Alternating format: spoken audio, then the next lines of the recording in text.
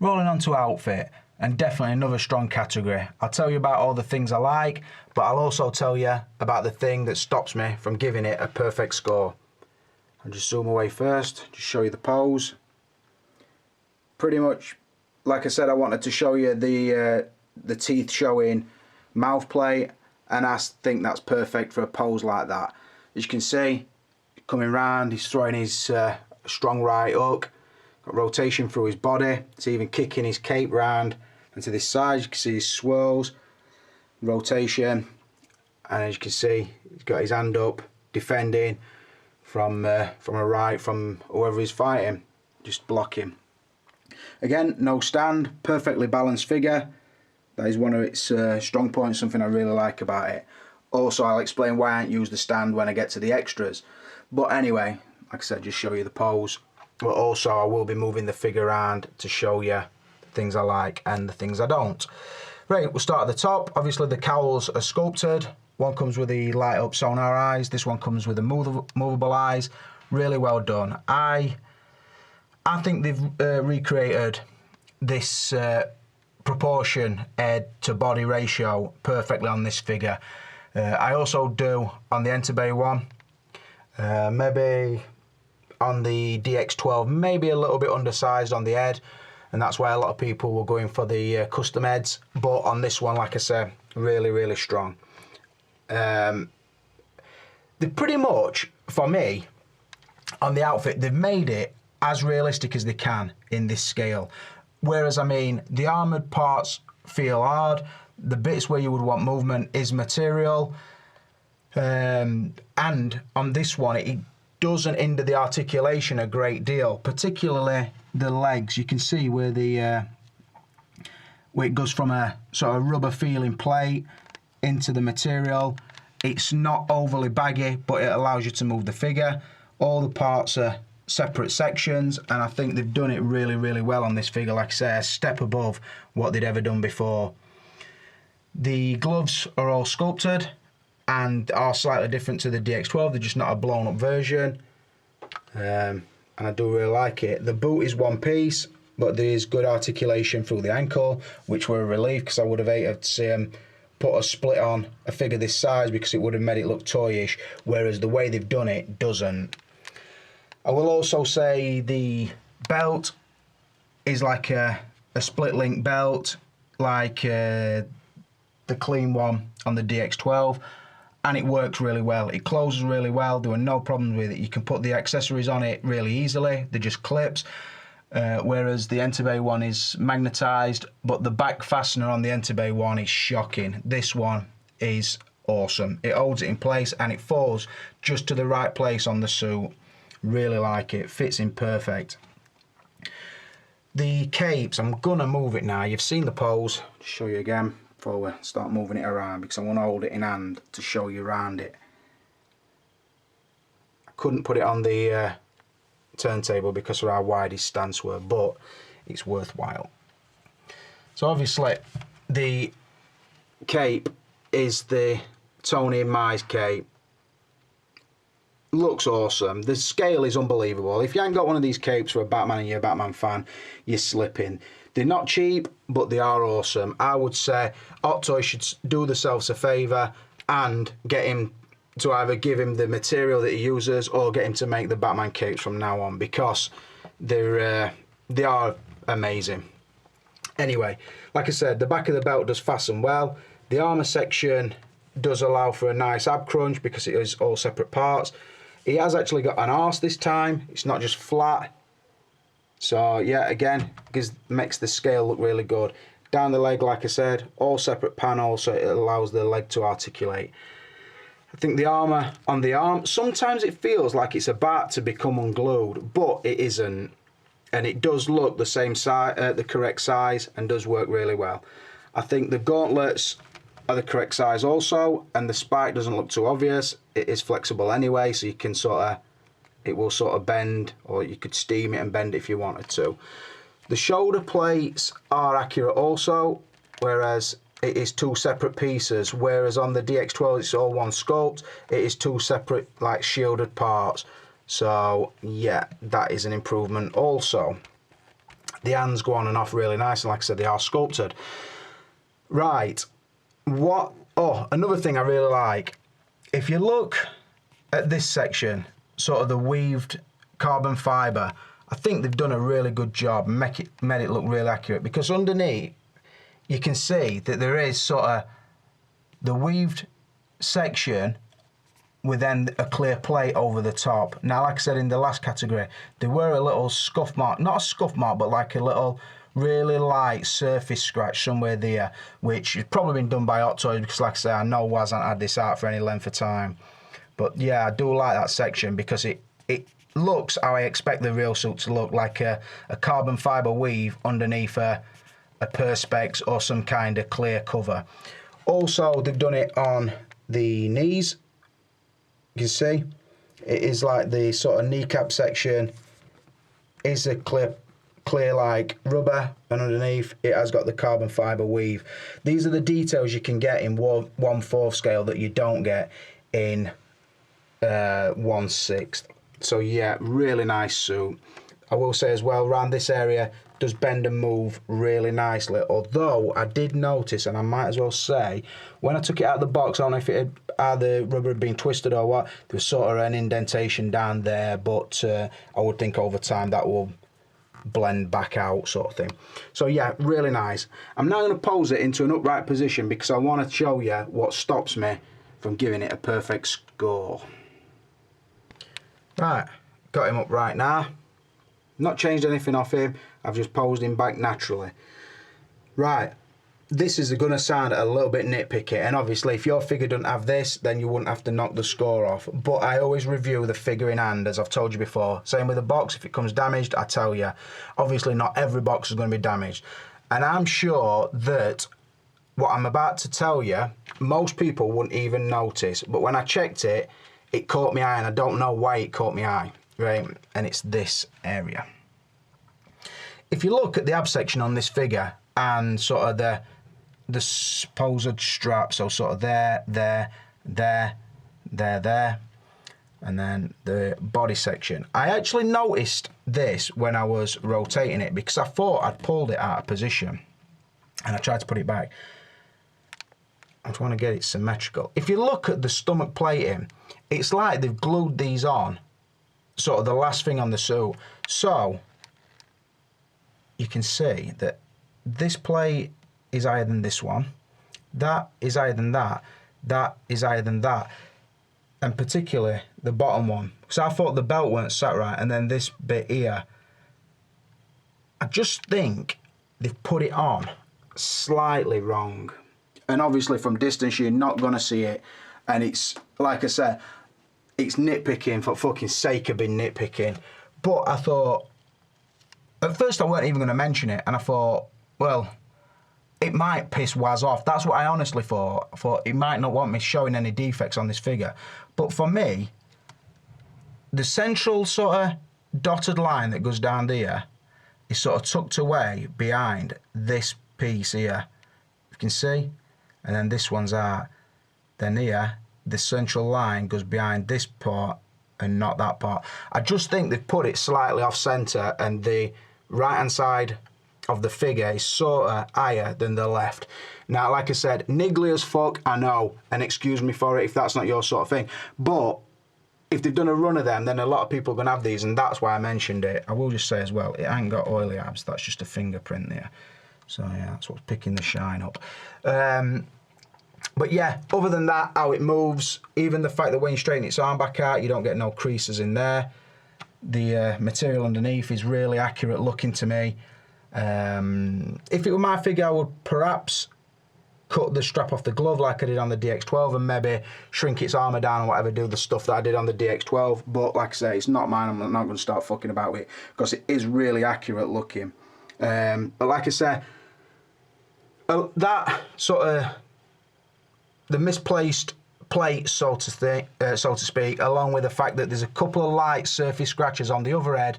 There were one sort of somewhere here, and I thought if that's how it's come from Hot Toys and I were paying £400, I'd be a little bit pissed about them.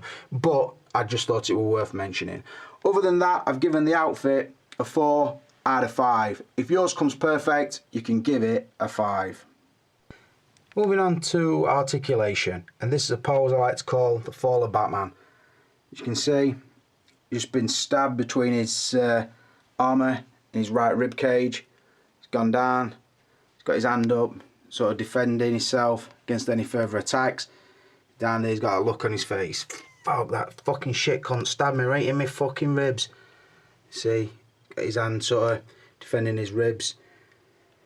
Looking nice, cape coming round, as if he just fell down, gone one knee down and supporting himself. Beautiful. Let's have a look at him from there. Got his hand up. No, I don't want no more. That's what he's saying. He's just like fucking ass whopped. So, yeah.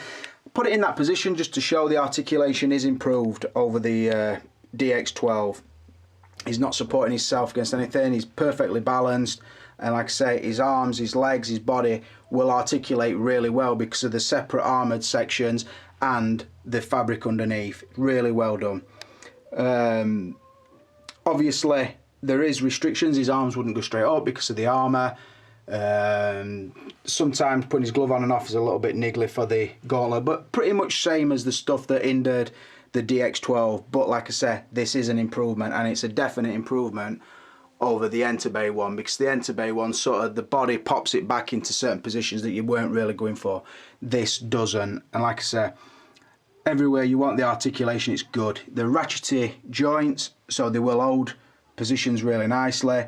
The suit's not strong enough to move it about, and you don't feel that you're damaging the suit. Sometimes when there's these rubberized suits, you think, oh, is this gonna damage it? Is this gonna sort of make it deteriorate over time? You don't feel that with this. It feels like a really good quality kind of silicone on top of the material, but it wouldn't do everything a true type would do. That's obvious to say. But for the figure of its type, an armoured figure, it is really good, but I can only give it a 4 out of 5. Don't hit me. Rolling on to extras, and this one might take some covering because this figure brings absolutely shitloads. As you can see, first and foremost, got his EMP gun in his hand. Does hold it really nice because of the better articulation. We'll grab it two-handed. Does work like the DX12 version. The batteries are sort of in that first pod there. You just basically slip the casing straight down and the batteries are inside. Pull the little plastic tag out and you're off and running. Batteries working. That's what you get. Obviously, the main things I personally would class as the heads. So you've got the Purrs one, the awesome Bruce Wayne one, the awesome Sonar head one, and then 4 mouth plates, which I think all 4 are definitely usable and all really good. Obviously the one with the teeth showing would be my favourite. Behind that you get the Hong Kong Rescue backpack, which fits on really nice, and it does look good if you don't want to display him with a cape. Nice touch. The batarang, the grappling gun with the sort of holster for it that it fits. It is behind it. Moving down, set of spare hand pegs and the tweezers to move the eyes around and pop the mouth plates off. I've not used them, I've just used some standard tweezers I've got. The collapsible sticky bomb gun, it is in 2 parts, there's a split there, and it all does slide, rotate and fold open and closed, really nice. The hand sculpt, obviously he's got a trigger right hand, a cradling left, and then he's got a relaxed right, fisted right and left, accessory holding right and left, and then a spread left hand. All do look nice. Because of the scale of them, you do get awesome detail on them. So, yep, very nice. Moving across, some more accessories. Sort of the explosive mine, the 2 hooks that will fit in the end of the grapple gun, and then you get these metal batarangs, 3 of. Nice, really good quality those. Moving across, you get the pouches and cylinders that fit onto the belt. This one does sort of open out and becomes a little drill, like he takes the bullet out the brick with. And then you get these 2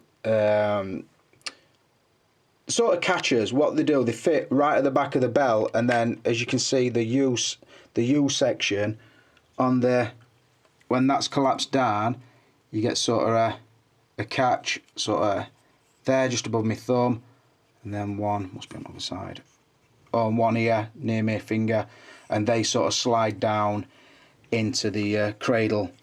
It's not a magnetic belt like on the DX12, so a nice touch. Looking up, you get the bass. Now, the bass looks good, and I think it's a really good idea. In fact, let me just cover these first. You get the bank robber mask to represent the Joker.